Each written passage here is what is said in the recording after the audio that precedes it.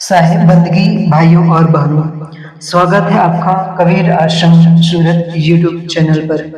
आज हम जानेंगे कि क्या सचमुच पृथ्वी को हिरण्याक्ष ने समुद्र में छुपाया था।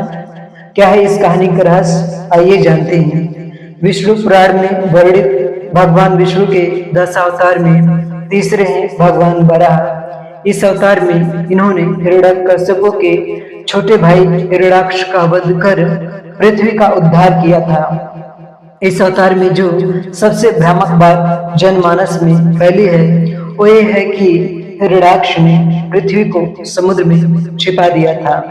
किंतु ये कैसे संभव है? समुद्र तो पृथ्वी पर ही होता है, फिर पृथ्वी को समुद्र में छिपा देना कैसे संभव है? तो आइए जानते हैं इसके बारे में। सबसे पहली बात यह है कि पृथ्वी को समुद्र में छिपा देने की बात मिथ्या है। किसी भी पुराण में यह नहीं लिखा है कि हिरण्याक्ष ने पृथ्वी को समुद्र में छुपाया था। 10 अवतार की कथा हमें सबसे पहले विस्तार रूप में विष्णु पुराण में मिलती है। इसके अतिरिक्त 24,000 श्लोकों वाले वराह पुराण में भी इसका विस्तार से वर्णन किया गया है। दोनों ग्रंथों में ये साफ साफ लिखा है कि हिरण्याक्ष ने पृथ्वी को समुद्र में नहीं बल्कि रसातल में छुपाया था।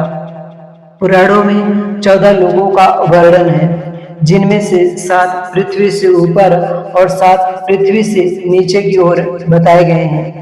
जो 7 लोग पृथ्वी से ऊपर की ओर हैं वे हैं भूलोक, भवलोक, स्वर्गलोक, महलोक, जनलोक, तपोलोक और ब्रह्मलोक।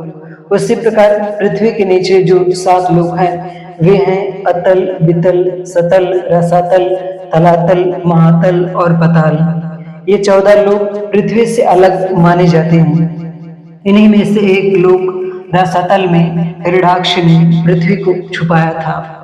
कुछ स्थानों पर ऐसा भी वर्णन है कि हिरण्याक्ष ने पृथ्वी को 7वें पताल, जिसका नाम पताल ही है, वहां छिपा दिया था।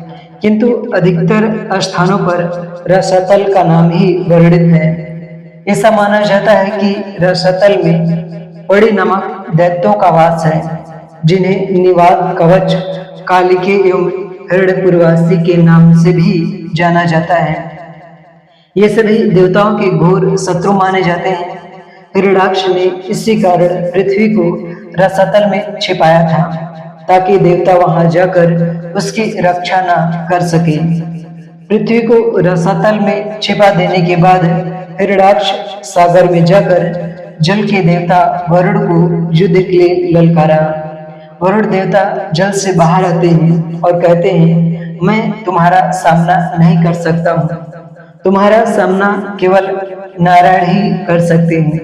अतः वो नारायण से युद्ध करने के लिए चल देता है।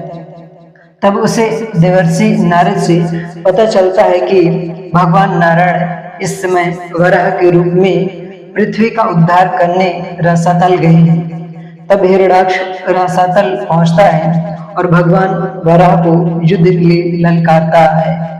लेकिन भगवान वराह उसकी बातों पर ध्यान नहीं देते। लेकिन जब वह बार बार अपशब्द और युद्ध के लिए ललकारता है तो भगवान वराह उससे युद्ध करते हैं और उसे मार डालते हैं।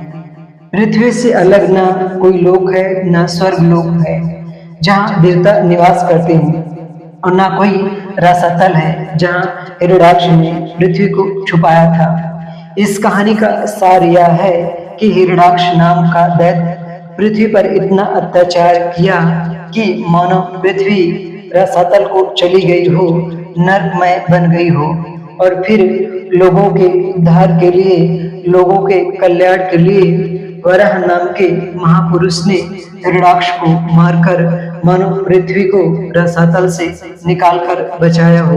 यही इस धार्मिक कहानी का भाव है।